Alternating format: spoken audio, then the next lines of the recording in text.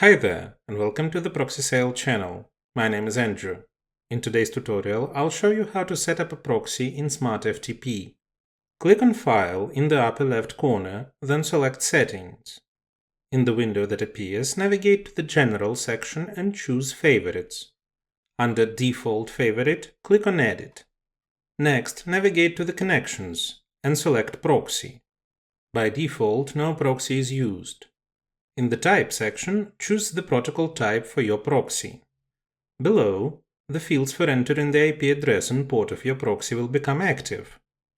Fill in this information. For private proxy, enable the Login to Proxy option. Below that, enter your username and password. Once all the details are entered, click OK and close all the windows. That's it. The proxy setup is complete.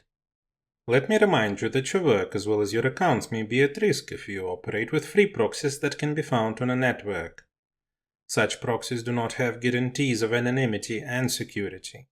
We recommend a reliable and trusted provider, ProxySale.com, which will allow you to get proxies of any location with guaranteed anonymity and security for working on a network. The link will be in the description. Don't forget to hit the like and subscribe buttons. See you in the next video.